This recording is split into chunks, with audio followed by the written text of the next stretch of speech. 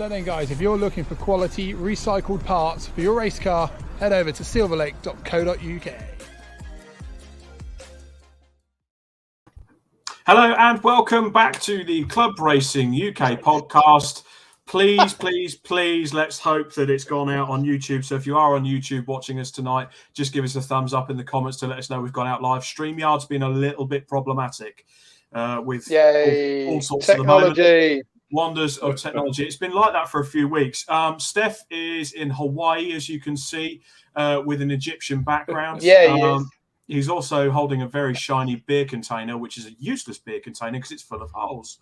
I think we'll get to that in a second. But as usual, it's a Club Racing UK podcast. But it's a bit of a low-key. It's a bit of a chilled affair today. We're having a bit of a question and answer, catching up on the race roundup, and of course acknowledging, apart from probably plum pudding, that's the season over, isn't it, gents? Yeah. Have you got? Hold on. Did Bark have their 110? They have. That was last week. Yeah, that was last weekend, wasn't it? Yeah. Pretty much plum pudding left then. Race season's over, everyone. Exactly. Wow. So it's time to sit back, rebuild No, you're not going to rebuild your race cars. You're going to wait until about a week from. Yeah. You know the rules. You know the rules. Tuck them in the garage, then suddenly panic and try and do 12 weeks of work in 1 week before the race season starts. Absolutely. Or in my case, sit in the house bored still. But that's fine. It's complete. Oh no, I'm seriously climbing the bloody walls now. You're a good man. It is our question and answer episode. We've already got about 6 or 7 questions lined up, so we will get to them shortly. But now we're going to have a bit of a race roundup, and one of them does involve one of the guys on the podcast. It's the Hawaiian boy, as you can see across from us. So, Stef, last weekend, Stef went to Brands Hatch, and he did some TDCing, and he picked himself up a really, really bad beer keg. Because, as I said, that can hold no booze. First of all, Steph, though, why the Hawaiian floral arrangement? What's the story behind that? I don't know. The winner's just got this. I think, they run out of garlands, like the old proper. Yeah, they run out of garlands. Rather than champagne or giving you some money or something worthwhile for winning, you get this. What I really like, really like, is they left the tag on it. Oh, really? Beautiful. You got old Hawaiian Lee. Yeah. Beautiful. How's it got the price on it? Because it's MSV, so they wouldn't spend a lot. Funny. Yeah. No, I mean, it gives it away then. With the tag on it was definitely like £1. But there we are. There we go. Well, as you can see, look on the bright side. You won something. Yep. You the trophy is more important than the Hawaiianness, but. Look at you, two cozy buggers on the podium there. So why didn't Justin get one? You don't in Track Day Trophy or TDC. It's the Hawaiian thing. No, you only get one trophy, one Hawaiian thing. Money saving, mate. Times are hard for MSV. Times is hard. Times is hard in the racing scene. They've just bought a circuit in North. I'm going to stop. They've just bought a circuit in northern Spain. I'll leave it at that. Yeah, so 2 of these. So, Steph, you went out in the Honda Civic Rice Burner, and how was the race for you? Well, actually, before we do that, we have to come to the first question because it kind of ties in. Yeah.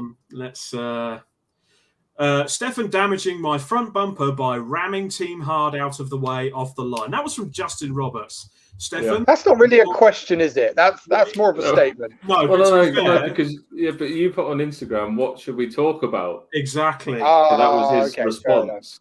Exactly. So this is some A's to the cue that you posed. So, Stefan, the court is in session. How do you plead, and do you have the witness statements? I don't have any witness statements. I plead not guilty. I do have some evidence on my side that we can all have our own opinion on. Take the floor then. So we go from the live stream first. Everyone pay particular attention to the direction the Golf changes to Lights will come on the gantry. The revs are already beginning to rise. Red lights are on, and as the lights go out, watch out for the rear-wheel drive BMW. John Line absolutely nailed the start that time. The first start was good. That was absolutely textbook. Really slow away, though, is Alex Jones at the wheel of the Volkswagen Golf and drops from what was pole position down into fourth and possibly... So I believe you came over to me. Okay. To back that up a little bit more, we go with the onboard.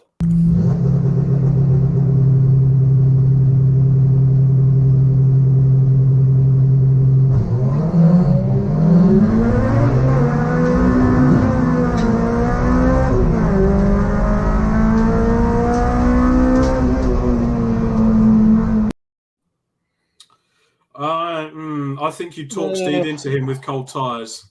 How can I talk steer into him when the steering wheel's going left? The steering wheel's going left, but the car is... The car's going right. Admittedly, when I went into second gear, I had some wheel spin. Yes, you did. While I was going left, but he did come over. Can we get over the main thing? That's like one of the fastest Honda Civics on the grid and out in the club racing scene.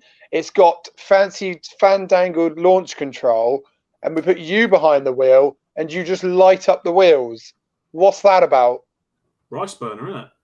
That's almost as bad as your... Was it your start at Alton Park in the Mini? No, that was the second time I'd done a start, and the first time was moments before that. Yeah, true. That was because that was after the red flag, wasn't it? Yeah. That was, I remember that start because I watched the live stream and was like, Stef, what are you doing? There was a lot of wheel spin in the first start. It was absolutely. And I could just imagine the VTEC was probably smashing through the cam cover, ready to come up through the bonnet. Yeah, we're learning. The second time was better. But I don't think Justin's too happy about it. I can only apologise. I have offered to, give him some dollar towards that little bit there. Yeah, I mean, to be honest, mate, if you looked at the prices of timber lately, it's really, really bad. And I should know because I've built enough and destroyed some splitters in my time. So I was going to say, if anyone can repair that splitter for you, though, Rob could do it. Yeah, well, absolutely. Exactly. The race overall was a pretty good race. It was a good weekend. The qualifying went well. It was very damp in the morning. We were the first session out. Clearways was very greasy. I got an okay time in, I think. I was P5, something like that. And then Justin went out in 3 laps and flung it around and got us P3 for the start. And then, obviously, the start of the race, the second start, there was a crash on the first one, red flag, so restart. Obviously, managed to get off away in third. And then I was pretty proud that I managed to keep up with 2 guys in front because they're very quick and obviously well-seasoned racers, and this is my second ever race in that Civic, so I was pretty proud of myself being able to keep up with them. I think you got to remember they're Class B cars in front of you as well. Yeah, and Class C. So some of them are. But we ignore the Golf. Yeah, I was going to say I think that is a Class S car at best. I mean, it's funny because I don't know what lap, but it had a spin, and then I was like, I'm not going to see that again. And then a few laps later on, I was like, it's behind me already. I was like, oh, right. It was ridiculously fast. Going into Paddock, I was like, right, I'm not just going to let it by.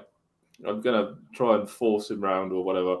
So I stuck to the inside, and then I went slightly wide at Paddock, and then he went up the inside and just disappeared. I was like, that was very pointless on my behalf. I should just let him go on and not wasted my time. But just drove away. Yeah. So, but then what are those Cup cars? They're like surely about 300 odd brake. I don't think they're that bad, but I think effectively, I mean, I could be wrong. I have been many times about many things, but I think effectively they're Mark 5, Mark 6 chassis that they just update the panels around them, don't they? I don't know. I don't know my Golf. So I'll go with like 250 horsepower turbo, lots of torque, and most of the guest class guys, I assume they'll just run any tyres they want to because they're guest class. So it was on Triple X. It was on Triple X. It was on Triple X. That's good. I mean, to be fair, one of the annoyances last year when we were at Coombe was seeing a guest class car next to me on the grid, and it was on full blown slicks, and it was just like, oh, that's good then. But I've been informed. I've been informed recently that in the, I'm not sure if it's TDC and TDT, but definitely in the TDC, that guest class now can only start from the back. They can't. I'm guessing they can qualify, but it doesn't matter. They'll be starting at the back, and they get a 10-second. I can't remember, safety stop before or whatever. Like they get released 10 seconds after the rest of the grid. I think, to be honest, it's always a bit risky in something like that because you have effectively it's a conclusion of a championship, and you've got guest cars just getting people rock it up. So what you're saying is that Golf will be up into the lead within the third lap at Brands Hatch. Yeah. It's just got to do the whole field. Absolutely. Right, gents, let's just get to the comments because they have got quite busy. I didn't want to cut in. Trudy Stone, Jamie Miller, Jason Stone, multi-hobby man, also known as Matt Cleary, Vicky Pratt, Square Race and Road. We're going to come to those in a minute because they've got themselves a brand new project. Jamie Peters Ennis, evening all. Steph still milking it. The second start was epic. VTEC definitely kicked in. Sarah Dennett, no, she's building now. They're getting ready from ROR, which we'll also come to in a minute. Jamie Miller, don't blame him. He was one of the pure track cars that was actually racing in that series. Duncan Harris, hi boys. Stu Wade, evening Larko and friends. Evening Stu. Hey. Neil Ashcroft also says an evening all and all square race and rove. Re-wrap it for him, Steph. Thanks for not hitting the white Clio though. And Phil Neal joins us. Good evening, everybody. Exactly. Matt Dennis does actually say as well, those Golfs have different fuel system, intake, exhaust, intercooler, map, etc., running 300 to 350 brake. There we go. That's quite a bit. So, and MC Racing joins us as well. It was bloody fast. Yeah. Thing is, though, and I just want to say, like, it was very robust driving from the guy because I know Tony Gillam shared the car with, was it Alex, someone or the other? Yeah. It was very robust driving from him for his stint, I must say. Obviously, I was on the sideline watching, and after his spin and various other things, I did see a couple of times he had his elbows out. It's a bit of an understatement, but it's the problem when you got a much faster than everyone else's car, isn't it? Yeah, he had his arches out, you mean? There's that as well. That's one way to do it. Well, well done, Steph. Congratulations. I mean, the Enduro car. The Enduro car race on Sunday was a very packed grid. Are we covering that at all this evening? I haven't got any pictures because they just won't upload for whatever reason. I did have. Goddamn StreamYard! It's for some reason our program we started this evening and it just came up with an error message first up saying YouTube may not work tonight, and then it's just gone. Yeah. We've had people from YouTube saying hello. Yeah, I mean, Ad Smith joins us. So Octane Junkies, I really feel for them because Octane Junkies were really mixing it up there with the likes of IP Racing and Napa Racing UK with Nick Tandy's team and a few of the other sort of usual KA front runners. And unfortunately, they had alternator failure, which is actually quite endemic of the KAs, even the road going versions. My missus is the one that she's just gone to work in. I've put another one on that recently when my mum, for some reason, where they are in the KAs. Did you boys have one go? Yeah. They're an absolute nightmare to change. The loads go. Yeah. Absolutely. I think the old Semprini boys had one go in qualifying, and poor old Tony Perfect had to try and change it in situ. A bit of a shit job, apparently. Yeah, but they took the Moore's Motors spare one. So they unfortunately took the spare one, which meant the Octane Junkies, when they hit problems, could only do swapping batteries to keep the car going. And it got to a point, I think they got meatball flagged when it started getting dark because they just lost power to lights and everything. So, man, that's not where you want to be in the middle of Brands Hatch with no lights on. I mean, I popped up for a day out with the Graves Motorsport guys on the Sunday, and they had one go in the car that had the Mini Challenge boys in, and they were making their way up through the field, and then they just lost all power, absolutely everything. I mean, they even got to a point where the dash was nothing in the end, and Sam and Dave had to jump in and get one changed. But there's just no easy way to do it on that car because it's so crammed in the front by the crash bar, isn't it? It's everything's built and compact, isn't it? It's all. Yeah. Absolutely, and as Smith said, it was a bit awkward. It's a shame, actually, because it was the boys' final race in that thing. To be fair, there's a few of the regulars that have sort of said we've had a few good years in it. We're selling up and moving on to pastures new. Yeah, there was one thing we did definitely hear up and down the grid all the time we were there on the Saturday. It was a lot of the elite or the original guys that obviously we raced with. Finally said enough's enough. We're off now. I mean, there's obviously reasons for it.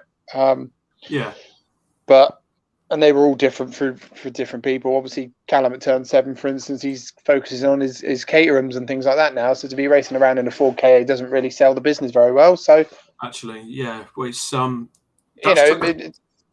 it just makes sense, doesn't it, for some people? So we'll come to the caterum side of Callum's business in a minute because it kind of nicely tied with ROR. Just to briefly touch on the results, it was seen at the end. So the car that won the race went through it. So they did scrutineering, which they pulled the heads off a couple of cars. The car in second, I think the head was skimmed something like 2.5 mil over tolerance, which is miles of tolerance in terms of skimming ahead. That's what's sort of been bandied around. Napa Racing UK, which was Nick Tandy's team, they, from their point of view, and we don't want to speculate on this because we have to take it at face value. They had a lot of work to do back at base. They did it for a bit of fun, and with the scrutineering process being quite lengthy and them having to go back up to where they're based, they decided, no, don't touch the car. We'll just take the disqualification and head home. So, to be fair, I'm not sure. After being there for 2 or 3 days, and you've got to Sunday night, and you've got work the next day, and it's 7:30, and someone goes, "You've got to take the head off."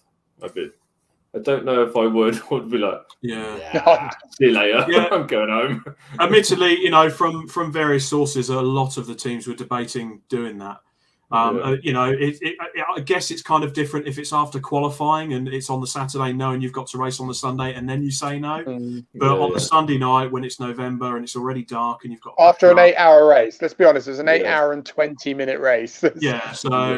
But at the same time, you have to look at what the organisers are trying to do, and they're trying to police these things. So you have to take both. You have to take both and put it. You have to. I believe if you say no, before you can enter the next round, you have to do it. Yeah. So that's what happened. That's what happened to Snetterton, didn't it? With all the flywheels, gearboxes.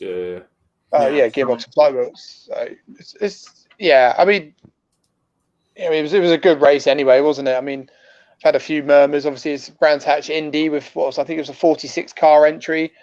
You're never gonna have a clean race there. Obviously, the cars are nose to tail. I think Nick Jackson earlier gave us some good statistics, wasn't it? There was, if you put all the cars in a straight line around Brands Hatch, you'd have no more than 3 meters between every car. Now that's ridiculous when you think about it. It is a very tight circuit, and you could see it on the safety car restarts. Because it was that bad. It was almost, imagine there was a lot of bunching up and sort of what I would call snaking. So you would get that concertina effect of bunching cars up and cars nearly going into the back of other cars because the queue was so long going around. So, and but it's the nature of the beast. It's one of those things, and it could well be that MSV maybe need to look at it and go, do we limit it to 40 or just keep it as it is and just no. To be honest, like I say, we've heard comments and murmurs through various areas, but I love the Indy 500. I think it's a cracking event. Granted, it's better to watch it than it is to own a car in it now, because you do come away with a few bent parts, but I think it's a cracking event. Driving into the night is wicked. All the cars look amazing when they're all lit up at night. I mean, it's easy for me to say because I have a trophy from there as well. But it's just, I think it's a brilliant event. So, no, I get that. Fair play. Yeah. Now, it wasn't the only endurance event held recently. I mean, this held a 55-car grid, and I am through reliably informed it was a record for this particular event, and that was Race of Remembrance. So that was the weekend before, obviously on Remembrance Weekend, and I did mention it on the last show. Robin, the C1 coordinator who we had on the last episode, he was going to race in it for WRC Developments, and I was very, very lucky and privileged enough that I was helping present the live screen. And I actually did the grid walk for it. I mean, that was an astonishing grid in itself because it's a power to weight grid. You also had classes in the BMW 116 trophy and in the C1 class as well, and a few City Car Cups. But the class system's done, so they actually have a lower power to weight class, so you can put a KA in there or a City Car Cup sort of modified car if you so wish. So we did see a KA in there. I think a few of the KA boys did ask me about it when I was up there Sunday, and they're potentially going to stick a couple of KAs in it next year in the sort of lower banded class. Now, it was my first time there, and I texted you both, didn't I, on the Saturday? Yeah. It's now a lot of people, they diss Anglesey, but you look at that grid, we were so lucky. That weather, it was clear blue sky. Okay, it was November, so there was a bit of a tinge in the air, but it was 17 degrees at one point. It was lovely and mild.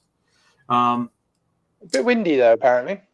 So the Friday was bad. The Saturday and the Sunday it cleared up. Well, you called me on was it on the Friday when you arrived? You were like, I'm barely standing up here. The windmill's going mad. It's doing about 60 miles an hour. Yeah, the windmill I thought was good. The windmill I literally thought was going to come off the shaft. But now to me, so you see these cars on the right hand side, the Honda FK8s. So that is kind of, to me, that is the story of the race. It was won by Rob Boston. It was a race no one admittedly wanted to win. But there were two cars that had wonderful liveries on them, and it was the two Skip Barber Racing School Honda FK8s, and they'd been sent in a container over from the States. They had a couple of American sort of Pirelli touring car drivers over there. There was like Kevin Boehm and a few quite well-known American racers. But they also had a couple of veterans driving. But the whole pit crew for both cars, so it was Operation Motorsport USA and Canada, was all looked after by veterans. And so doing the pit lane, and I completely, to put it bluntly, I shit you not, they, for the pit stop, front right hands, and I'm just observing and watching the guys at work. And the guy literally wheels himself up in a wheelchair. He's suffered injuries in combat, so I think he had a prosthetic on his right hand side, and he didn't have one on his left. And he literally launched himself off the wheelchair, down onto the wheel, gunned the wheel off, threw the wheel out the way, grabbed the other one, gunned it on, and then literally sort of maneuvered his way around to the other wheel. And he probably did it quicker than you or I could, Nick. Not going to lie to you. It was really, really impressive. And to watch this team get put together, and then to find out halfway through the race that team had only been cobbled together. They hadn't all worked together before. So they were getting to know each other and getting to learn each other. There was no contact. I don't think there was any. The only significant incident that really destroyed a car was when the 777 Lotus Elise that qualified second, had a penalty and was working its way up and chasing down Rob Boston, had what I can only call the most spectacular engine failure in history. I think it split the block. It was that bad. And all you can hear me, if you go back on the Alpha Live YouTube and watch it, all you can hear is me screaming, big fire, because it erupted outside our commentary box and just came to a rest at turn one. And I think the safety car was out for about an hour trying to repair the track where it had gone up because it put down fluid. I think it had burnt a bit of the track, and it was a hell of a final. But that was one of the views we also had on that night as well. And I just think that is absolutely fabulous. Anglesey at night is really pretty. It is. We were there, again, plug for the KAs, but we were there for the KA24, weren't we? And it was night time at Anglesey. I mean, Anglesey is a special place anyway. It's wicked. Amazing scenery, but to then see it as night settled was wicked fun. Yeah. I mean, we've got some more comments in that sort of ties in with ROR. So Sarah Dennis, thank you for the lovely comment, but I need to mention the Pure Track team. So Sarah and her husband Matt took two Clios there as well for the first time, and for the last half an hour during these endurance races, you can just see them trying to get their cars home. And tragically, Matt's wheel bearing gave way. I think it was the third wheel bearing they had in that Clio that failed on the back. And Sarah was trying to get it round in one gear because the shifter, they had issues with the shifter. It wouldn't go into gear properly. And it turns out in doing that, they've money shifted, but she got it over the line. That's what I was trying to put across. And so, there's just so many teams up and down the paddock, obviously all the motorsport teams. And I shout out to Callum McDougall, if you are watching, mate. I mean, turn 7 were leading in his Caterham, they were leading the race by 5 laps on Saturday night. And tragically, it was all going on, and I could hear a sort of kerfuffle. Callum's team were in the lead, and then I saw his car come into the pits, and I knew, because I was keeping tabs on things, I'm like, he's not scheduled to stop. What's going on? And on an alternator, it's sort of 2 casings over the armature, and there's 3 long bolts that go through. Well, they'd vibrated loose and completely come out. So the casing was bolted, but the casing was rotating, so they lost charge. So it wasn't charging and rattling around, and in the end, I think it spat a belt off. So unfortunately, they lost a few laps. Repairing that, I think they lock-wired it together, which is, for Bodgery, that's pucker. So they got it. Love a bit of lock wire. Yeah, so they got it to the interval on Saturday, and I interviewed Callum, and he was a bit dejected. I just said, look, there's tomorrow to come, and bloody hell, it didn't have to deliver, because Sunday it all kicks off again. Rob Boston had penalties; they had to change an engine overnight. Callum Lockie, former British GT champion. He's raced Marcus's, Lister Storms, raced at Le Mans, you name it, and he's in a Caterham out front. And what happens? Going up the hill, his engine fails. I think there was probably about 7 or 8 changes for the overall lead. Like you said, no one wanted to win it. Seriously, that's what we were saying in the cult. So it's myself and Paul Trustwell, and literally no one wanted to win it. And then, as well as that, you had the BMW 116 trophy that was racing as if their life depended on it, and the Royal Navy, Royal Marines team won that. And then the C1 class was won by the FDL packaging guys, but it's only because, and Robin was a bit gutted when I spoke to him, and Dave Drinkwater, they got everything right with the strategy, and they were leading really well, and Silver Lake were up there, so Alan Preble was really up for it. He was going quick. Mike Harris was as well, and they're all fighting with each other, and then all these problems just crept in, and unfortunately Silver Lake got a penalty as well, so they dropped back. And then for some reason on the Sunday, the WRC Developments car just lost speed, like 2 or 3 seconds a lap. They just had no power in the mid-range, so they think it's maybe a sensor gone or something.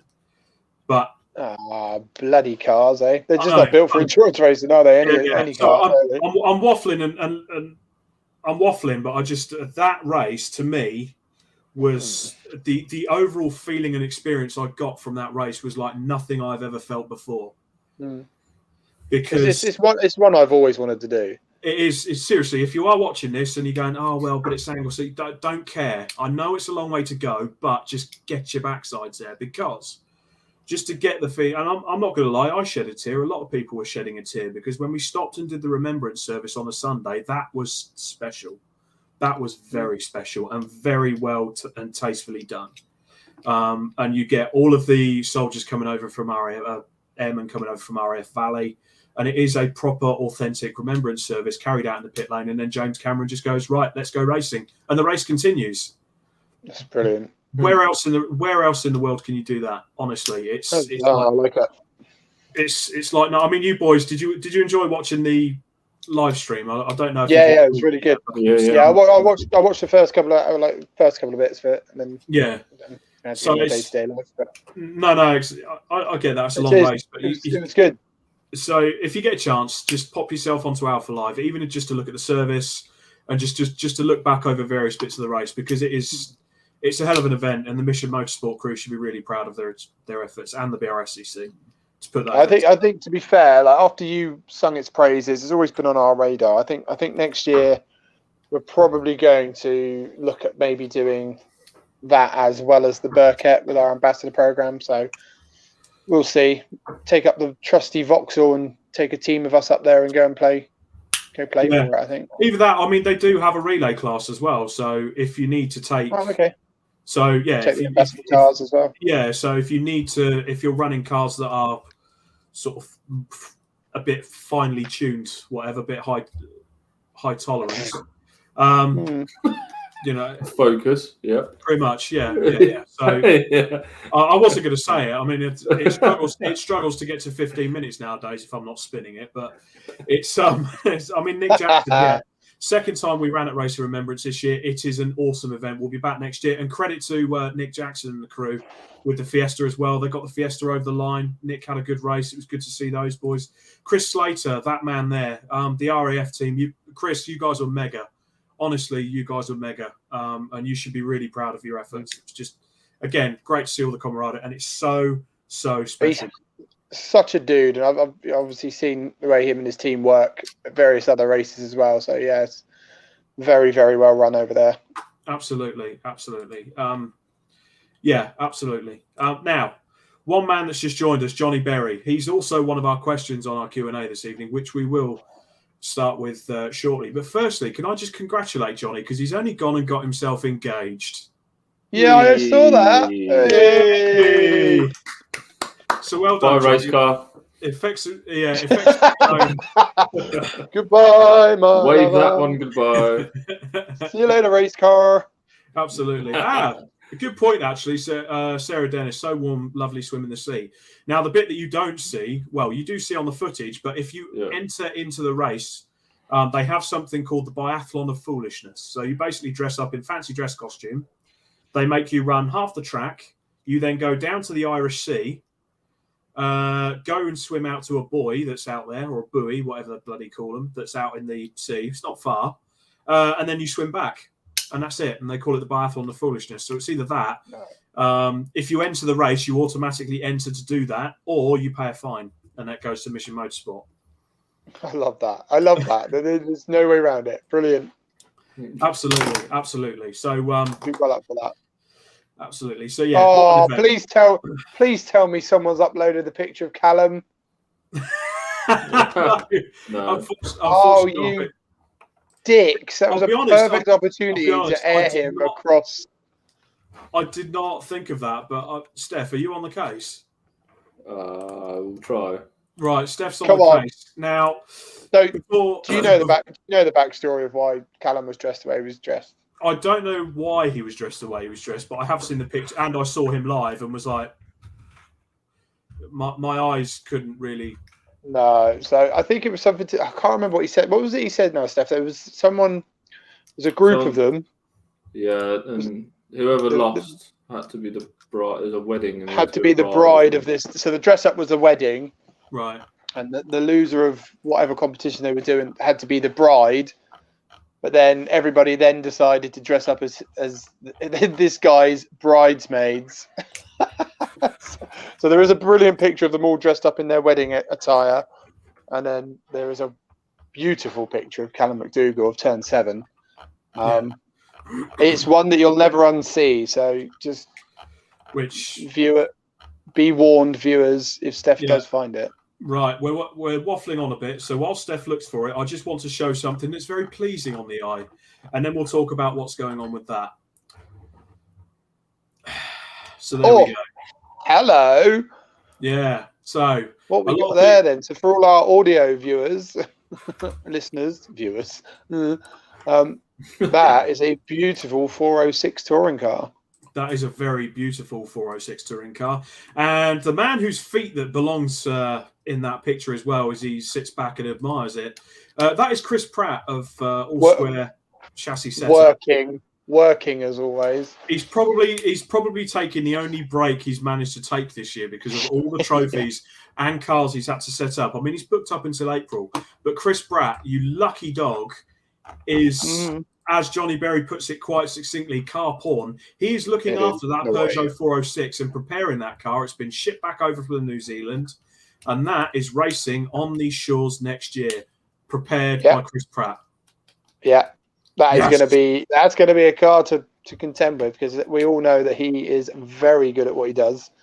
He is very good. I think his results from this year alone says enough. I think the results from last year says enough. So, yeah, that's a lovely toy. I'd love to know how you come about getting that. Well, I guess they probably watched the event at Pukekohe because it was on the grid for the historic touring cars over there. Oh, it came from that. Oh, that was what a grid that was. That was an amazing grid. That was. I mean, so many of the super tourers have made their way over there in the years to come, and they've been raced by the likes of Paul Radisich because he moved back there, Stephen Richards and co. And it just looks astounding. However, we do have one picture that's just been sent to me by. Look, I don't want to name him, so we'll just call him Nick. We'll call him Nick Jackson randomly. He's just said God. It's the smartest that Jamie Moore has looked dressed, ready to go and swim in the sea. So he put that in there for us. So well done, Jamie. Yeah, well, there was well a lot done, of leg in that picture. There was a lot of leg in that picture. You can clearly see that the scene may have been a bit cool. Oh, it's on there, is it? It's on there now. It's on there now. Right, ladies and gentlemen, I present to you Callum McDougall of Turn 7. That picture's amazing. It is. I hope he watches this back and hates us for it. Look at that. I really like that. He suits it so well. Bring it back up. He suits it so well. Right, bring it back up. Oh, look at that. Nick is critiquing him now. Well, I mean, let's be honest. I'm a single Pringle these days, so I mean, he's starting to get too excited. I might drop him a DM or drop into his DM. Oh, Callum, you're a legend, mate. I love you. Right. He's such a brilliant dude. Right, dudes. Shall we get to some questions and answers? We've had about 6 to 8 so far, so we'll get into the thick of them. Although we're 40 minutes into the show, we've been waffling for quite a while anyway. Yeah, but we're good at waffling. Look, tonight was going to be a show of waffling. We're gonna, in 2 weeks' time, we're gonna do our sign off for our ambassador program. And to be honest, other than that, we're probably ourselves going to tail off for Christmas break. Maybe we've got an awards show to come. Once we do the awards, more to follow, by the way, ladies and gentlemen. But yeah, I mean, realistically, we've probably got a couple big shows. What did I say to you earlier, Rob? There's only 39 days left of 2022, so absolutely, there's not going to be a lot of podcasts in here before the end of the year. So. I am not going to say the C word yet because it is still November, but something is coming. That's all I'm going to say. Right, let's move on to some questions. So, Carl Barton, January the 1st. Race season. Paddock setup you have ever seen. He mentioned something about a pick and mix being in a toolbox in the pit lane. So what is the best paddock setup you have ever seen? The best paddock setup? The best paddock setup I've ever seen is at the 24-hour racing with Team Morwin.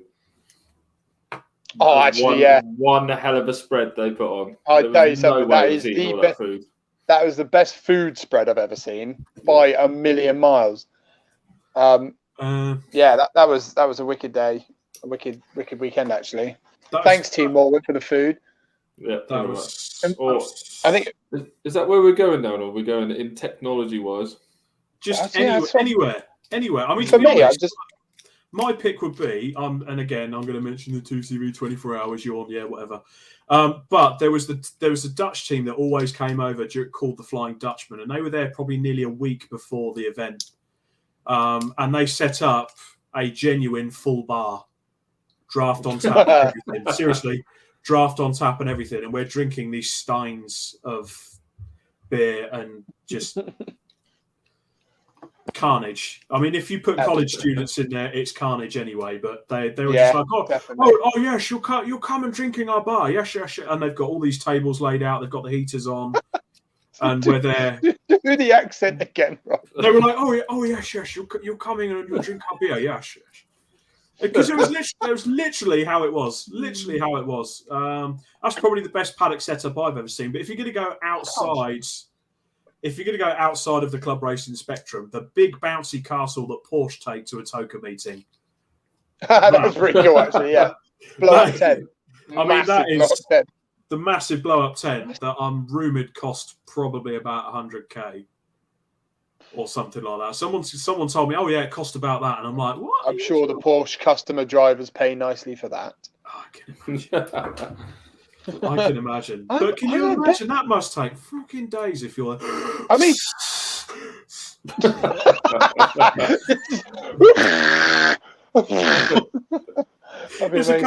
There's a couple more tubes around there, boys. Get going. I think. Do you know what? Right, for me, it's probably not. I don't know. It's the one that keeps popping up in my mind when I think about it. You remember when we did that event at Donington with the Mini and KAs last year? And we had the GT Cup there. Oh, yeah. You remember that? Yeah. That, for me, that was so funny. So you have, like, if anyone's been to Donington, you have obviously the outer paddock, and then you've got the pits up to Garage 38, Garage 39 being the restaurant. But then you had all the GT cars in the pits. And for me, that was pretty wicked, because it was like we were all club racing over here. You turned the corner, and then all of a sudden, it was just rich people everywhere, tire warmers, big it's just big trucks, everything. It was a bit of a, whoa, bloody hell. It was like, I think it was probably our first weekend where we've had like a big event on with us, like obviously GT Cups money. Which one was it though? Was it that event when it rained? Did it rain that one? I can't remember. Always rained at times. I've done a couple of races when they've been there now, and one of them was absolutely. Well, I'm just saying, it was absolutely chucking it down. I can't remember which race it was now. It was one of them, but yeah, it was absolutely chucking it down. And the second driver that was getting in the car was obviously stood there waiting in absolute pouring down rain because all the GT guys have closed all the doors to the garages to stop anyone coming in. Yeah. Stay outside. That was Snetterton. That was me and you. We stood in the rain.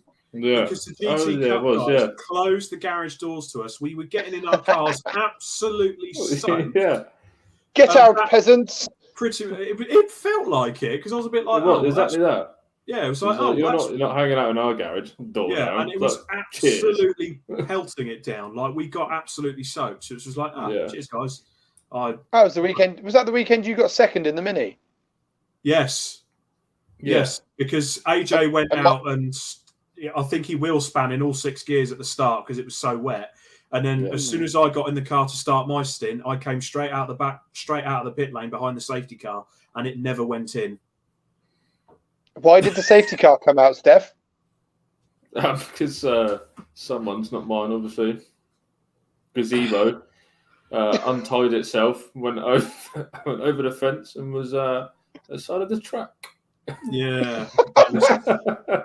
You got second place though, so it was strategically well done. So I don't care. Yeah, I was going to say if you're going to do it, but that's probably the only time I've ever crashed in a straight line nearly. Because you just hit the water that aquaplaned, and I had the steering dead straight, and the car just went, nope, and then sorted itself out. I was like, holy shit! And I'm under the safety car, and I'm like half throttle going up through the gears, coming up the straight, and it still did that. I was just like, what is going on? Surprisingly, they cancelled the rest of the racing that day due to the weather, and then the next day, bright sunshine, track day trophy lads had a lovely dry track. I was like, another beautiful day at Wetterton. Another beautiful day at Wetterton. Right, let's go to another. So, are you happy with Paddock setup? Is there anything else you can think of? Yeah, I can't think of anything off the top of my head. Okay, that's fair enough. We've had why did Stefan damage the front of my Civic? Chris Pratt, things that have made us smile this year. Ooh. Seeing my buddy win in the TDC last weekend made me smile. Oh. No. Very nice of you. No, to be fair, that and watching you race at Brands the other week, Rob, we've got a new car set up and stuff. That was pretty cool. Yeah. Obviously, with all the shit that you've been going through recently, that was awesome to see you racing. It was a bit of an anticlimax because I watched the Club Racing UK live back, but the live stream never caught what happened up at Druids. No, but there was about 5 cars, including myself, that decided that we didn't want to stay on the track anymore. Nope. But I mean, to this day, I know Jason and Trudy, you'll be watching the show tonight. I think Jason said to me afterwards, I have a hole in my stomach because his engine blew like 3-4 laps later, and it actually blew in front of my car and chucked the big end at the front of my car. You can actually see it in the footage. You can hear the bang as it hits it. But Jason went off onto the grass ahead of me, like proper sideways, and me and a Mark IV Escort behind me got a proper sideways lick on. I caught it, but then I didn't unwind the lock off, so I then pirouetted the other way and did a full 360 onto the grass. And then you were lucky you didn't hit anyone. I was very lucky because I was right in the middle of the pack. And then ahead of me, the said Escort then went back round Druids after going sideways and collected poor Kev Hadfield and the Puma. So they went off into the barriers. And I rejoined the circuit. Car alignment didn't feel too great, but I just got my head down and carried on. But I didn't race on the Sunday because I was a bit tender. Let's put it that way. Yeah, exactly that. I was a bit tender, but no. So that's is actually, that all your highlights? No, I have another thing actually that really made me smile. It was the beginning of the year, the pre-season track day for our ambassador program. Yeah. After a busy winter's, going through it all, settling, nailing down our amazing partners that have supported us this year, and obviously picking our 3 drivers to then all turn up at Snetterton, albeit with only 2 cars, but turning up at the pub the night before. Yeah, we did turn up at the pub. Actually, yeah, because the pub was fun, because it was all like, hey, everyone, this is the first time we've actually met full time. But yeah, just to be there, just to see the actual project, begin and everyone meet each other. That to me put a big smile on my face as well. But there's tons, there's loads of it. Doing this with you lot, it's just we get to do some fun stuff, don't we? Another good one, I think, was obviously building Club Racing UK, which has then allowed us to work with Silver Lake and then the C1 Racing Club, which has then allowed Rob to get his platform from his commentating, and then watching Rob flourish this year. That's been mega. Flourish this year. And the opportunities coming at him, I think it's been brilliant. It's been a great year for Rob. So I'm glad that we've all been a part of that too. Yeah, it's well done, dude. That makes me smile. Certainly not anything I expected. And it was because you two were racing the Morwin car.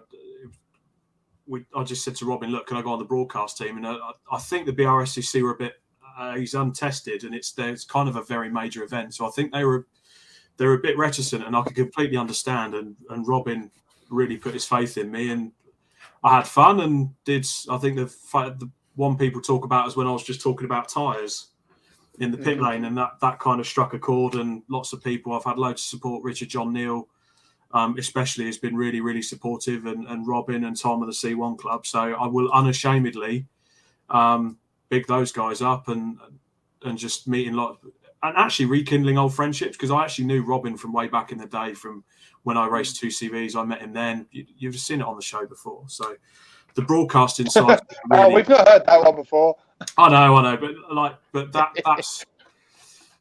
that's kind of made me smile this year. On the racing side, that trophy behind me, I kind of had a bit of a groundhog day at Snet. It was one of the hottest days of the year. Came in from qualifying and was like, well, I'm on 888s, everyone else is on slicks. And I'm like, I didn't qualify too badly. I could have gone quicker. And I was like, but the car actually feels okay. New gearbox, new diff. Paul Harvey with Icon had sponsored me a track day a few weeks before, so I could get my head in and just learn the car with a new setup. And I just went out on the Snet 300 and sort of had to relearn the car again. And 45 minutes before the race, we're scrambling around because one of my gear cables has made its way off the mounting and just rested on the exhaust. And the only time I knew that had happened is I'd done all the checks. I'd checked the oil, checked all the sort of alignment and anything like that. And I just went to put the car into gear to do so and start it and put it into gear. And I'm like, I can't put this car into gear. And what it had done is it had melted the cable solid because they're nylon. So we scrambled and did that. Started from the pit lane because I remember reading the messages back and everyone's like, what the fuck's happened with Rob? And I think it was 35 cars on the grid. A few dropped off early and I made my way through and ended up finishing something like 14th overall and got my first Mod Fords class podium, which I was really pleased with because some of the other cars in that class were like 300 horsepower, 2-litre Escorts. And it's like, there's no way I'm even getting near them, let alone keeping up with them. So I was just like, you know what? I can still do this. I can still race. And then, unfortunately, when we got to Brands, I went a bit sideways. But next year will be different. Yeah. But on a final... Oh, I've clicked the wrong thing there. There we go. Jason Stone, you did good at Snet. Couldn't keep up with you. To be fair, I did have good fun starting from the pit lane and picking your way through. That was really, really fun. I like that kind of person.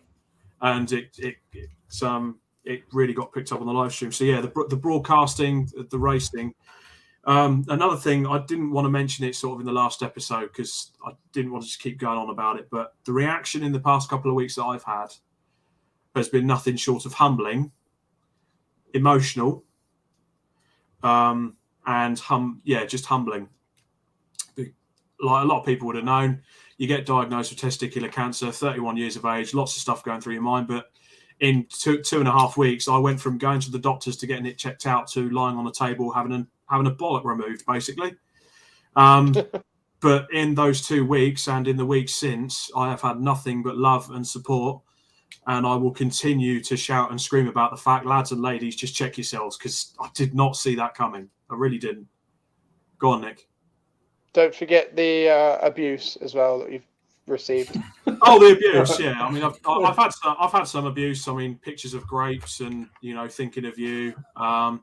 I think the best. You should have seen the size of those grapes, mate. They were huge. They were huge. Not as. I've got a funny story actually. It's to do with, right. Do you know we go on about race weight all the time? So the weekend before I was due to go in to have said offending nut cut out, everyone was going, "Oh, you're losing a bit of race weight there." And I actually thought to myself, I was like, "Well, I wonder how much it fucking weighs." So you have sort of the pre-op chat with your surgeon and your anaesthetist before you go in. And I was having a chat, and they were like, "Right, Mr. Lewis, have you got any questions?" And I was like, "I have one." So I explained, I was like, "Look, I work I'm a in racing motorsport." driver. Well, no, I was like, I work in motorsport. I do a bit of club racing, and all my mates are sort of asking, how much weight would I lose by removing the offending nut? Because they did actually offer me a prosthetic. That's another thing, but they did offer me a prosthetic, and I turned it down. Rightly so, I think. And they sort of looked at me as if I had two heads. So I was like, right, well, I'm not going to find out. And the surgeon thinks I'm a bit weird now. So anyway, I go down into theatre. I come to probably about an hour and a half, 2 hours later. Surgery's done. I've got no ball bag and no ball in the bag on the right-hand side. All good. And the anaesthetist comes in and he's like, "Right, Mr. Lewis, your blood pressure's this. Heart rate's good. Got this going on, blah, blah, blah, blah. All this other stuff." And he goes, "Oh, by the way, Mr. Lewis, 56 grams. And then walks off. That's amazing. And then walks off. So I'm just like, wow, 56 grams of race weight I've lost. But as it stands, I've had a scan to check for any spread. The early indications with blood tests and that, it looks like there isn't any, but they had to have to do a CAT scan to make sure. And I'm still waiting for the results. But God bless our NHS. That's all I'll say. But the outpouring and support from everyone this year really did make me smile, because we love racing, we adore racing, I live and breathe racing, but some things are a lot bigger than that. And certainly received a lot of love, that's for sure. One of your balls, to be precise. Well, to be fair, mate, we made a sticker for him and gave him a farewell tour. I don't think they could have done any better than that. That was a very Colin the Cancerous Onions farewell tour, Brands Hatch. That's still on the back of the car, actually. And all that was a talk with a work colleague, and he's just like, "Well, you got to give it a send off." So we were going to get shirts made, but that would have just been too problematic and costly. And I've got a vinyl cutter. I'll just put a sticker on the car, and I'll put the image up, and like loads of people were into it. So it was like, yeah, great, fucking awesome. Right, next question. So what's made us smile this year? We didn't ask. What's made Stef smile? Justin's in the comments. Justin, if you're still watching, Justin, we've decided that Rob's going to fix your splitter. Yeah, I'm going to make you a brand new one, mate. It's going to be about 10 foot long, but you'll have one. If not, Motion Motorsport sell splitters for Civic. Absolutely. But yeah, I mean, it's so Steph, you sort of said about how your year's gone. What's made you smile this year? I've done that. I said you dick. See, Nick. Oh right, we listed loads, and you've just kissed Rob's ass. I thought that maybe there's something else. That first place, second place in the mini at Anglesey, third actually. Second. That was this year. That's amazing. That was this year. That's bonkers that it was this year that we had to go through all that traumatic experience. The mini. Long weekend of the mini. And some other stuff. Yeah. Fantastic. C1 24 hour made me smile. That was awesome. Love that. Absolutely. Absolutely very gutted that the radiator went, because we would have done very well. But everyone's heard that millions of times. So moving on. Yeah. If only.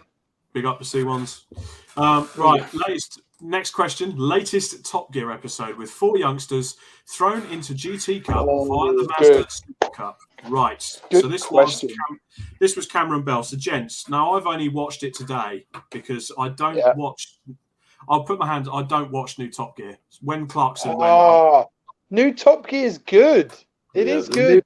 I love Andrew Flintoff, but I loved Andrew Flintoff when he was a cricketer. I don't. I can't correlate the two. They're a good bunch. Yawn fest. And I like Chris Harris, but when he did his YouTube stuff before, he was great, and I've watched him loads. But anyway, they're the second best trio out there. Because let's be honest, we're the best nowadays.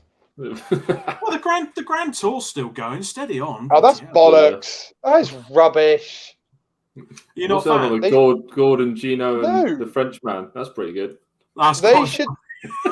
Don't get me wrong. Right, hold on. Going back to Clarkson, May, and Hammond, love the guys. They should have ended it at Top Gear. End of. The Grand Tour's rubbish. It's bollocks. So, end of. Here you go. I said it.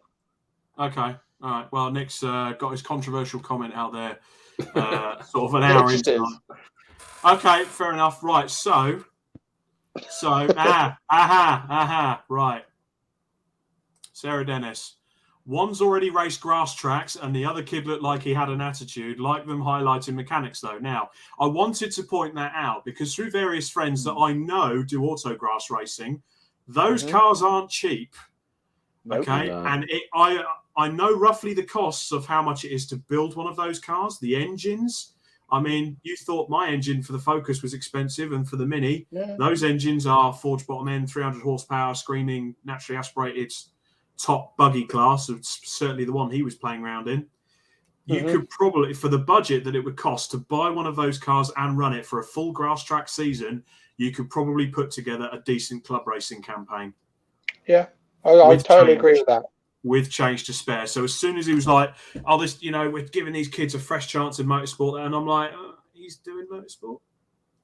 Well, they all had some involvement of it anyway. So they obviously, you didn't see in the episode, you didn't see in the show, like the actual criteria of entering, because they said over 800 people entered. Yeah. I know there was a post something like last year. I think they were trying to. It wasn't so much about getting people a chance in motorsport. It was then a chance in the McLaren, the bigger stuff, yeah. But for me, I'm just going to say they had a better race in the Mazda than they did in the McLaren. So this for me, I'm just going to put it out there. This is my issue with motorsport. It's not motorsport. It's people's view on motorsport. Is it the mainstream view of motorsport? Well, the thing is, what Top Gear have done there is said that these guys will never get a chance to drive GT cars because GT cars is motorsport. They've then highlighted that these guys have trialed in the Mazda Super Cup. That's not child's play. The Mazda Super Cup. No, it's Paddock Motorsport and all of that. That's some proper racing as well. But they've made that look. They've gone. This is just like a little taster to motorsport. That was my argument. I was just like, the Super Cup was better than the bloody GT racing. Yeah, it should have ended there. They should have done more in that. Well, I watched the Super. Like I was totally engaged until they went to the McLaren, and I was like, I'm bored now.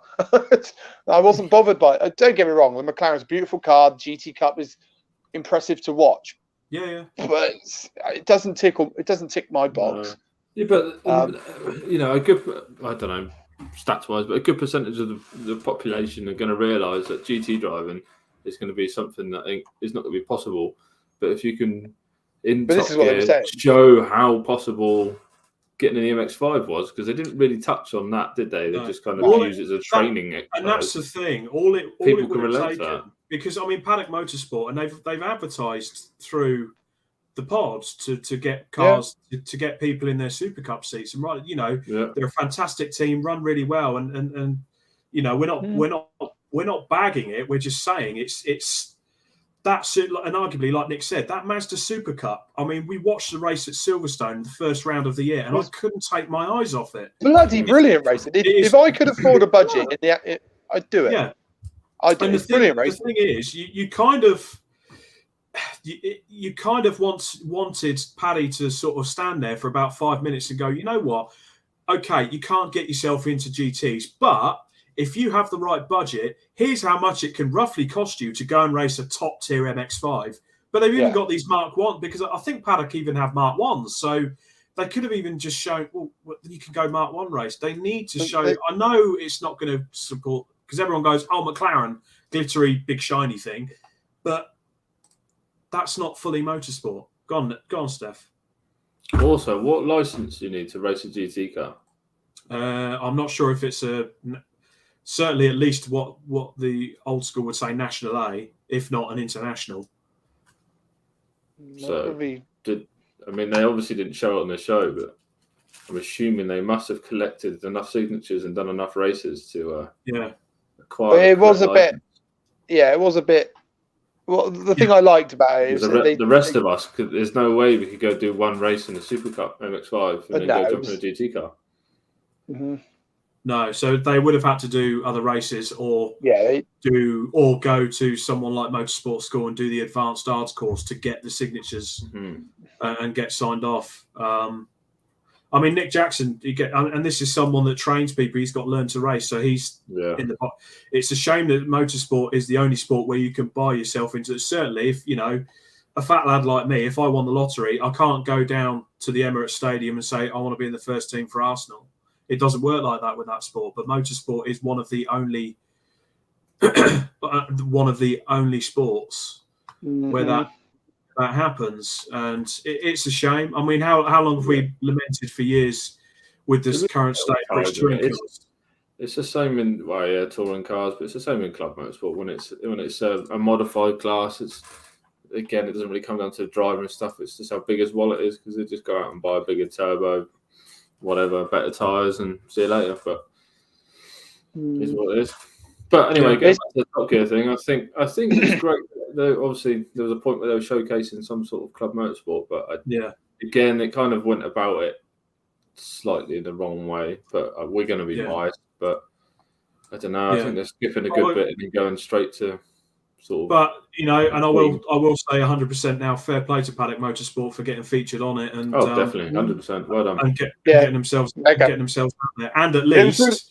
It was really good to see how they operate as well. Like they obviously see the driver coaches, all the data, all the car setting ups, and as we've quite rightly said, they certainly know what they're doing. So, and the racing was mint, and they got to race at Cadwell. That looked amazing fun. Oh yeah, hang on, wait. So if this was their first race, why have you put two novices out with Cadwell for their first race? I mean, that's brave right there. But out of the frying pan into the fire. Yeah, really is. But fair play, and again, the way it showed, it was really good to see at the end that the mechanics had got work. Definitely. Yeah. But again, it would probably, and hopefully Paddock sort of show this off as well, and fair play to them. But hopefully it kind of puts the voice out there that there are a lot of teams operating in a lot of championships in motorsport that will pay to. But then this is what we try to do, isn't it? At the end of the day, unless you're involved in motorsport, people on the outside look in and think, I'll never get there because it's super expensive and you have to know shit. So that's what we're about, is hopefully showing people that it's stupidly accessible, get involved, because it's bloody amazing. So absolutely. Fair play, Top Gear, but we'll carry on shouting about it because we're bloody brilliant. Right, so next question. So there's a comment you need to get to, Rob. Okay, where am I looking? The bottom one. It just tells me. Jesus. Talk about it with a juggler. We know what happens when buying your way into the top. Andy Nee. He's a bit okay. He did have a few bad years in touring car. He used to do all right in brick car back in the day, and then he had the shun. A few bad years. Okay, we'll leave it every year. We'll leave it there. Bless it. It's Everyone loves a trier. I want to save that question till last because I really like that one. So we're going to swap it with this instead. Would you rather fight 10 duck-sized Nick Goffs or one Nick Goff-sized duck? That was from Luke Rainbird. And we're on about Team Morwin's Nick Goff. Now, I would go with a Nick Goff-sized duck. Yeah, I'd second that. Really? Yeah. So 10 duck-sized Nick Goffs, you could hoof those quite a long way.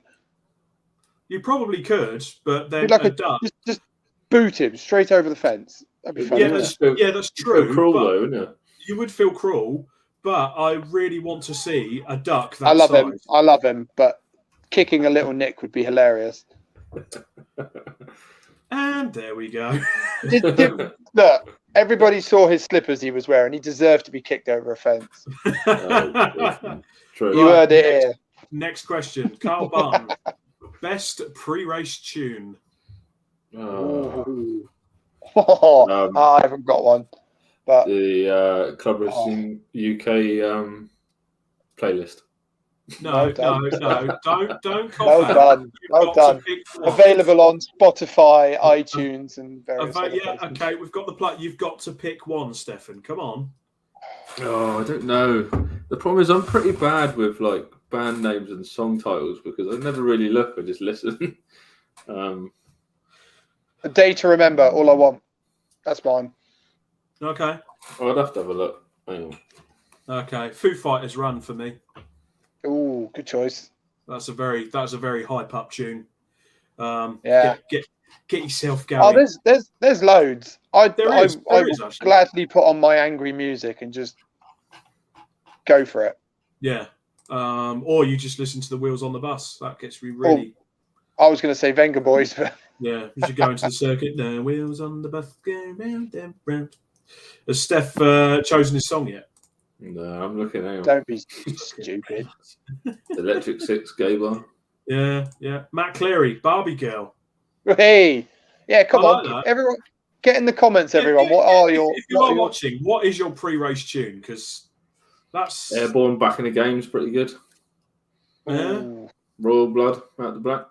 Yeah, that's quite good. That's quite good. You've got to pick what one. About, hold on. What about Fleetwood Mac, The Chain? Yes. No. The proper Formula One theme. I don't want to hear this. Yes.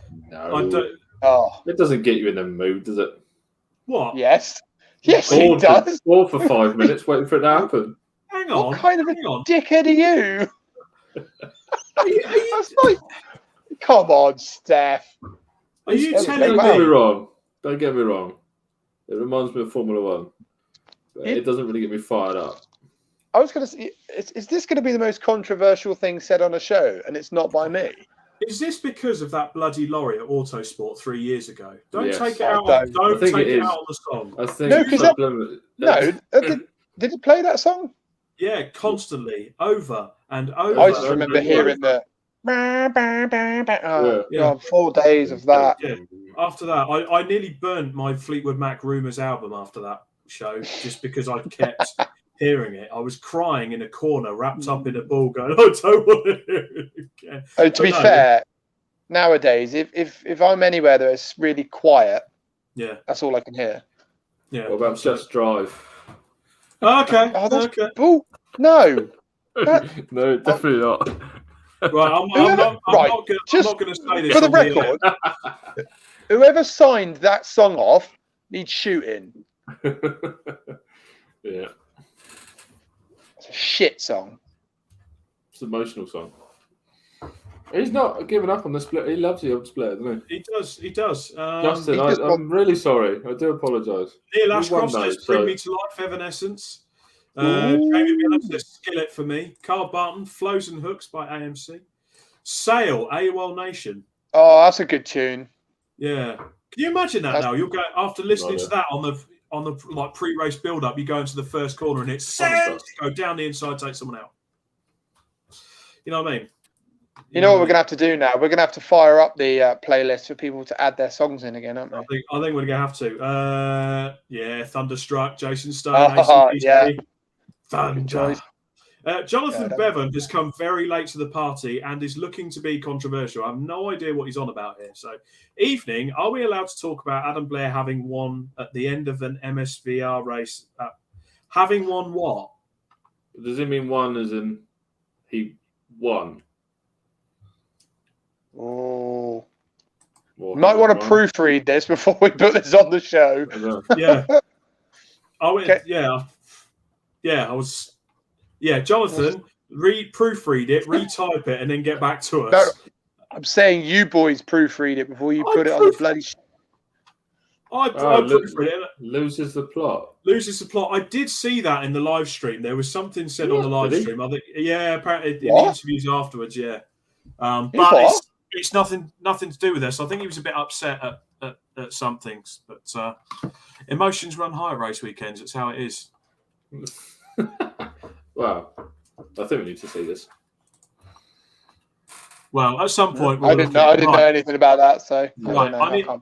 I'm going back to the next question, but the last question, because this is a very good one, and I've got a few answers. Favorite race cars from each brand you can think of that you have seen at club level. Vauxhall Vectra touring car. Any of the super touring cars, to be honest. Any of the super tourers, right? Okay. Well, we've got to throw the V8s in there. But okay, come on, boys. Alex Tidwell's touring. Oh, Alex Tidwell's V8 touring car. Yes, I cast my eye over that because he had it at SNET when we were there with the C1, CMMC. So I was like walking around it, pacing. With an erection, more or less. It was. Yeah, I mean, it wasn't the only growth. It wasn't the cancer wasn't the only growth in my trousers at that point. God's sake, Robert. Dark humour, it works. So, come on, let's think outside of them. So if I said Jos Ronchetti's Talbot Sunbeam Lotus that raced in Thunder for about 10 years, it's a pretty car. That thing was astounding. I've got to be honest. I know we're name dropping him. I know he's just popped in, but a certain imp. Neil Ashcroft mentions another imp that was doing slidey. Yeah. After he been on the podcast, and he I remember on the podcast he was like, I really want to get that overall win, and he did it in style. Absolutely sent it. It was like bloody hell. Sideways everywhere.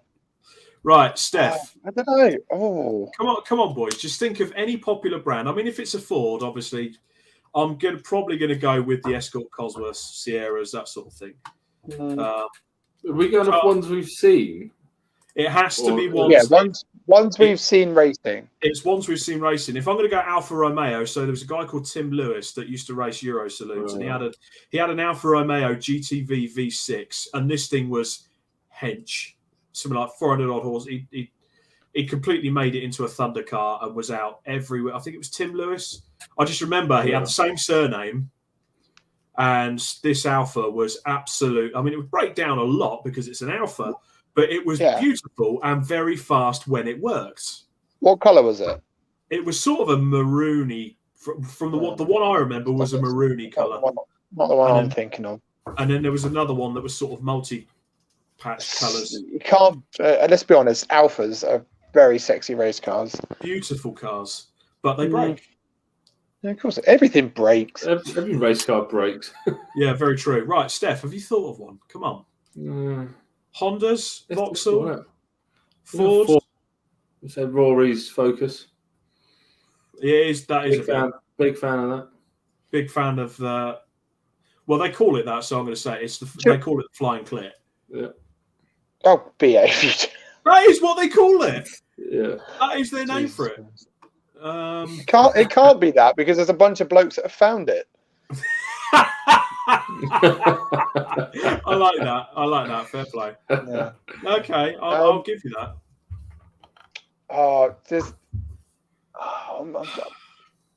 I quite like I quite like the Tigua NSX. That's pretty cool. That's pretty out there and different, isn't it? That's very out there and different. Yeah. Yeah. I'd have to say they're building a second one actually. Yeah, Tigua put up the other day. They've sent off another one's off to be caged. So.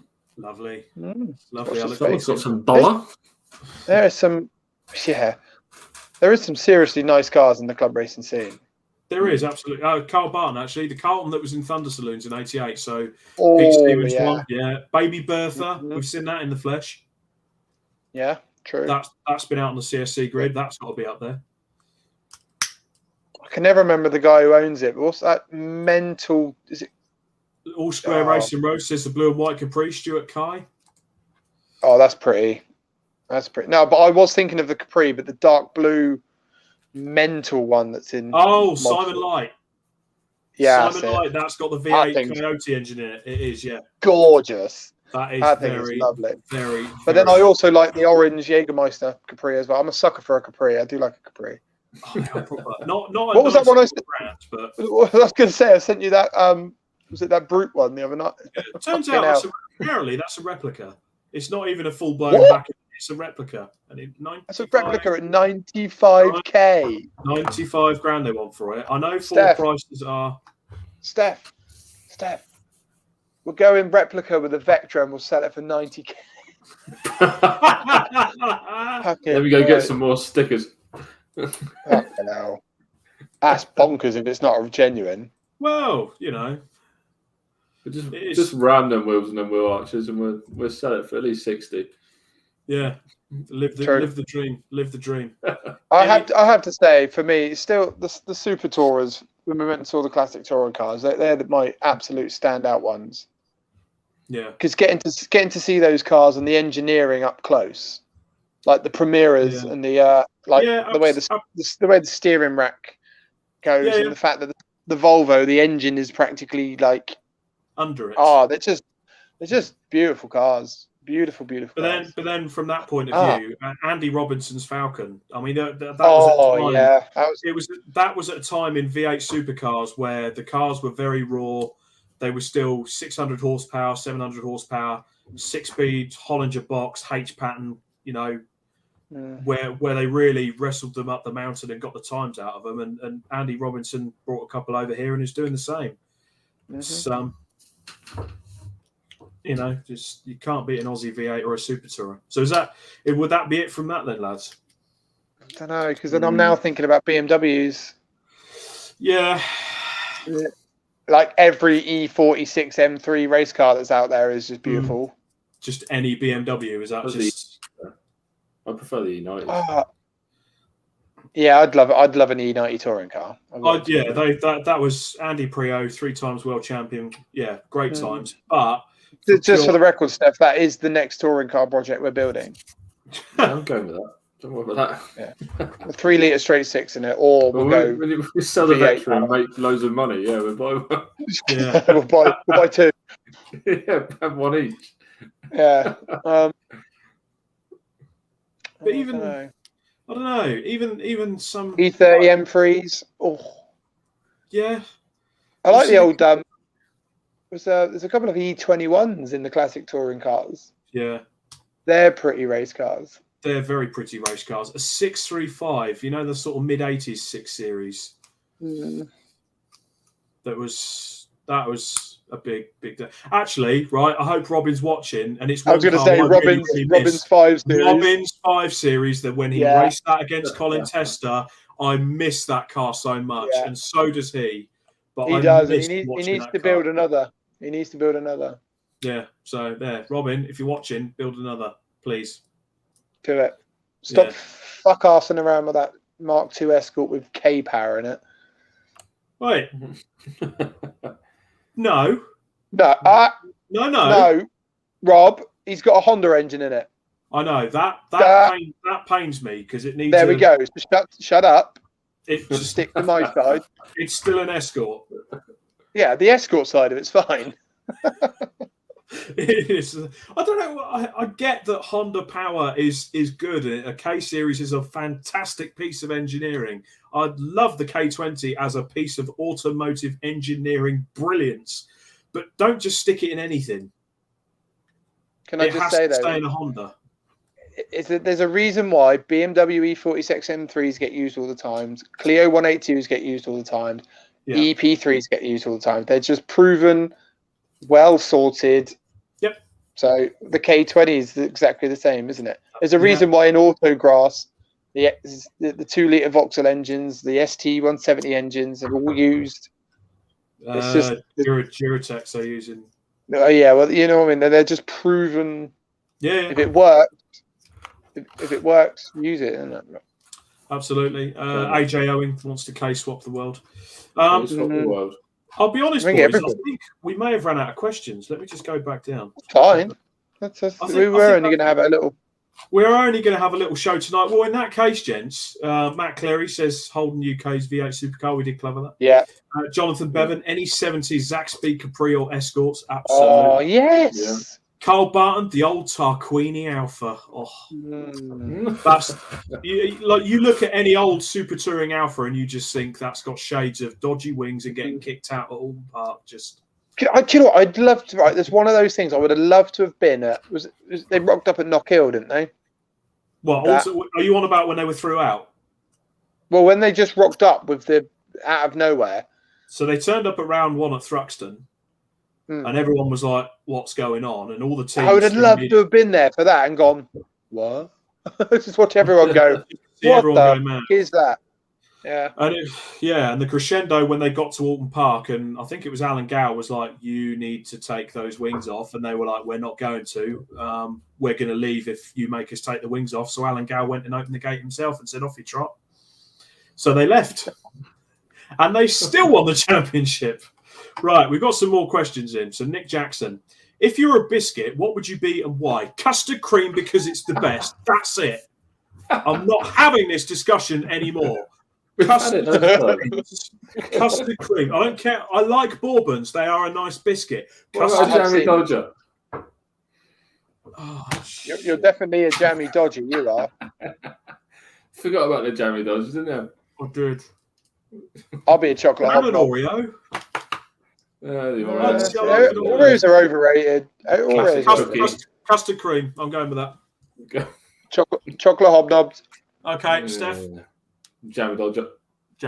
Okay, right. And Justin Roberts. This is a good one, actually. I like this. What would be the best racetrack to lap the opposite way? Ooh. Not Brands. That's one hell of a hill. But that'd be wicked fun. I think the Grand Prix would be. I think the Grand Prix loop would be fun backwards. Imagine how fast you'd go through clearways. Yeah. That would be very entertaining, wouldn't it? Oh my god. Yeah. Brands Hatch in reverse would be wicked. That would. Okay. Well, Brands would be one. The Craners would certainly lose their appeal going uphill, wouldn't they? Going up to Donington. Oh my god. Right. It would. Although to be fair, Donington is you climb up that same gradient when you go up towards McLean's, but you just don't realise it. Yeah. Yeah. Oh, that is. Do you know what? That is a brilliant question, Justin. That is. And to be fair, Chris Pratt does Knock Hill. Yes, Knock Hill has a license to go both ways. Yeah. Knock Hill is very modern. It is. To be fair, I was talking. No, genuinely, I was talking to Hannah Chapman. I'm not going to go there, gents. I'm not going to go there. Come on, Rob. Come on. Bite, no, Rob. Bite. I'm not biting. Genuinely, I was having a chat because Hannah Chapman was in one of the Graves KOs at the weekend. And, of course, she won the Mini Cooper Scotland's championship. She's multiple champion there. And I asked her, I was like, what is Knock Hill like to race in reverse, let alone main? And she was just like, it is mega. It just changed. It's a completely different track. And it just puts... Oh, what about Cadwell in reverse? You could do the mountain backwards. Oh, my God. Yes. How many cars would get launched into that grandstand? That'd be good. I think that needs to happen. Well, coming down the mountain. Yes. Yeah. Like Mario Kart. It wouldn't be. Have you ever watched the Blues Brothers with the police chase at the end, and they've got all of those police cars, and they just crash into this big pile of cars? Yeah. That's what Cadwell would be in reverse. I don't think that'd be very good. I mean, Silverstone would be just as boring in reverse as it is going the right way around. Yeah, but then Silverstone is what it is. It's a Grand Prix circuit. It's just Jonathan Bennett makes a good point. They did start out racing the wrong way at Brands. Did they actually? That's pretty cool. Right. So, what other circuits have got? Castle Combe. That'd be pretty cool. Could you actually, instead of going into Quarry, you'd be coming out of Quarry, going down the hill, and then you'd have to brake and turn left pretty sharp. Yeah. That'd be a bit Larry.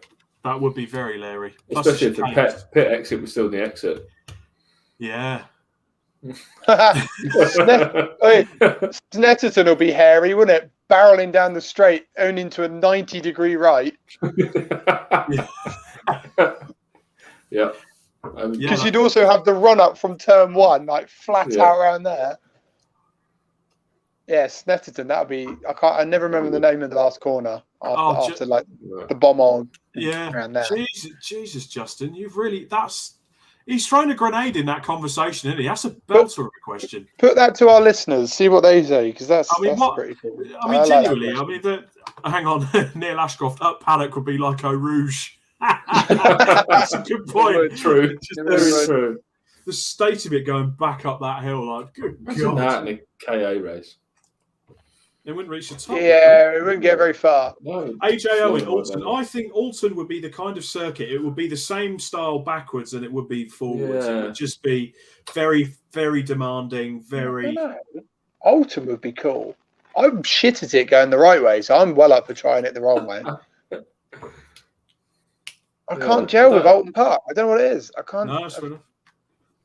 To be fair, mate, we all have those vices. I can't gel with reliability. It's because you got a Ford badge.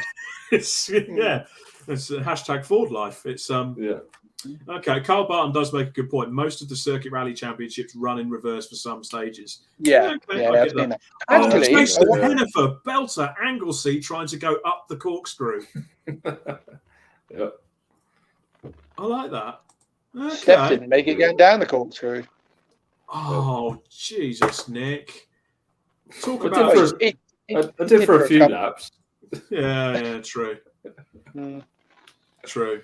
I have noticed Anglesey is back on the TDC calendar next year as well, so good for them. Fair play to them. Yeah. It's a good track. I really liked it. I really did like it. I mean, destroyed tyres, but yeah, absolutely. To be fair, I just I like, even though it's a long way. Yeah, the thing is, a lot of people bag Anglesey, and a lot of people bag Linden Hill because it's such a tiny track and it's bad on tyres. But I love Linden Hill. It's a tiny little, you're on it all the time. You cannot rest. You're constantly on it. I think that would be good in reverse as well. That's on the Modified Fords calendar for next year as well, isn't it, Linden? That is. That's one of the 4 events that I'm currently able to do. That is I've got to say it now, and I know we're friends of the series, but that is a cracking looking calendar. It is. The first 3 rounds. So we're on the Silverstone Grand Prix circuit, and I'm there with the C1s anyway, so that's a no-brainer. Snet 300, second round. Then we're on the Brands Grand Prix loop. And then, they're going to Spa. About 10 different rounds next year, and they go to Linden as well in August on our 10-year anniversary weekend. Which I said, by the way, we're going to Linden, and Dee's like, what? It's like your 10-year anniversary with Dee, and you're taking her racing. You're an arsehole. No, it's a nice. If you've ever been to Linden, it's a really nice track to go to. So I'm going to make a nice little picnic. Oh, I'm sure she'll love going to that for her 10th anniversary with you, Robert. Absolutely. To be fair, things that Dee, if you're watching, he's going to propose to you as well, because that's you need to do something, Rob. Yeah, absolutely. Bloody hell. I know. Richard Barnard, actually, he don't know why Anglesey gets such a bad rap. It is a great track. Absolutely. And the one thing I want...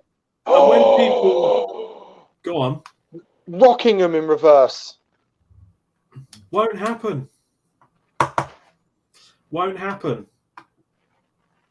Unfortunately. That's my bubble. Send Cinch an email and see if they let you have a bash. Well, I am in sexy email mode at the moment. So to be fair, the reason this is just what I've been told by people in the know. So Cinch really want to go racing, and they're using it for track tests and stuff like that, but they can't actually apply for planning to go racing on the circuit because there is an offcut at turn 3 on the oval. There is technically a boundary that belongs to Northamptonshire County Council, and they won't approve the planning for the circuit to go racing, even though it doesn't really affect them. What about if you but they don't want it as a racetrack. So if none of the locals want it as a racetrack, and at the end of the day, if people in the council don't want it as a racetrack, it will never come back as a racetrack. I think they change that bit so it's not in their border. Well, you would think so, but yeah, if I start ranting about it now, we'll go from one of their. And I completely agree, Richard. I don't know why Anglesey gets such a bad rap. I don't. And to be fair, we all have our favourites. Because it's 800 miles away, but it's brilliant. Look, you get that. You can spend some time in the van together, a bit of bro love in the van and all that. Yeah, I mean, and to be fair, that last hour and a half drive across the North Wales coastline is beautiful. Yeah. Exactly. And I'll be honest, I've probably not seen many better views than I did from the commentary box on Sunday morning, because it was clear blue sky, Irish sea nice and calm, clear mountains, Snowdon was looking resplendent. It was like, oh my God. And there's racing going on. Definitely. Yeah. Justin, get that Civic load up. We go to Anglesey next year. Yeah, absolutely. Right, Vicky Pratt, Mallory. That would be interesting. Mm. That's kind of so instead of you take off, turn right into the elbow. Straight into, yeah. Will the Outlander make it this time, Steph? Going the other way. Yeah. I don't know. We kind of fell down the hill. There's nothing else we could do. We literally had, my foot was planted on the floor, and we're like, come on! And yeah, that was probably... It's because the heated seat was on. Oh, yeah, you fucker. That was so good. My word. Yeah. Wonderful. Right, Richard Barnard, he does make a point. Brands is a 9-hour drive south for us in the truck. 5 hours to Anglesey is lovely. Good point. Fair enough. Good point. We do forget that other people live other places in the country, don't we? Woe is me, Anglesea's 7-8 hours away because we live on the south coast. But then it's like, yeah. No, but we said this in an episode a couple shows back, didn't we? Doesn't matter where you are in the world, Anglesey will take you a minimum of 5 hours to get to it. Yeah, absolutely. Unless you live... You could live next door to Anglesey, it'll still take you 5 hours to get there. On a windy day, it would, yeah. I mean, that Friday drive was so much fun. Weird going over the bridge, I thought it was going to be blown off into the river down below. It's just like, what? Well, I went over there Monday with Tom from C1 Club. Bloody miserable weather coming over that bridge. Love it. Right, chaps. Any other business? Well, the ambassador program. The ambassador program is open again. It is. So head to the website www.prowrestlinguk.co.uk. If you want to apply to be an ambassador for 2023, hopefully we're gonna do the same track day, pre-race track day. Get everyone together, have a track day, have a laugh, and then again the Burkett, enter them in the Burkett, and then hopefully possibly something with race remembrance and some other cool stuff. So head to the website. Just need to become a member and send us an email with a short bio of what you're doing, your racing. So check it out. That's it. And in 2 weeks' time, we'll sign off our current ambassadors, and you can all come along and say goodbye, farewell to them all. Yeah, we send them off on there. To Dan, to Cam, and to Nick. Yeah. Good. Can't believe it. Another year over with. Another year over with. What a hell of a 2022 it's been. But it's been funny, isn't it? It's not over yet.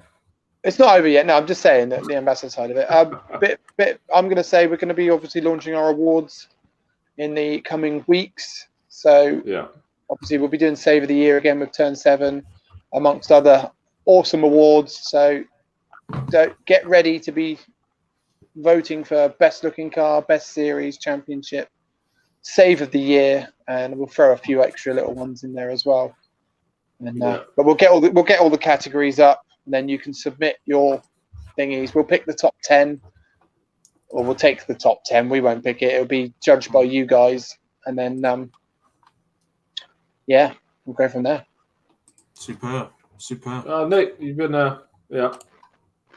Oh, Justin Roberts, Alton Park this Saturday if you fancy a blast, Nick. It's only down the road for you. Wouldn't it technically be up the road? It's up the road. It's like 5-6 hours, and I'm working this Saturday. I'm not. I'm not either. You want to lose another splitter? I mean, off you go, boys. Off you go, boys. Go enjoy it. I have got a family. Honestly, Justin, I really do want to have a go in this Civic, but real life keeps happening. Anyone want to pay me to not work. I don't want to go to work anymore. Yes, and the link for Nick's OnlyFans is down below on the screen. Honestly, it's so tempting. I need more free time. It's simple. Everyone does. How do we do it? Everyone does. How do we do it? Although, I have a lot of free time at the moment until I end up back at work, but yeah, I sympathise. I need to come become like a mattress tester or something. Something that's like just laid out. Imagine that. Well, 8 hours sleep, wake up. That's a good mattress. Tell you what, folks, before we lose the entire audience to Nick talking about bloody mattress testing, shall we sign off from the show? So, thank you very much for tuning in. It was just over an hour and a half. It's been I can't believe we made it last. I can't believe we've made it last an hour and 40 minutes. I know. It's been a very laid-back hour and a half with a couple of questions, couple of answers, and just us three rambling. But from myself, Robert Lewis, Stefan Marsh, and Nick Holmes, it's the Club Racing UK podcast in association with Silver Lake, and we will see you in 2 weeks' time. Thanks, everyone. Yeah.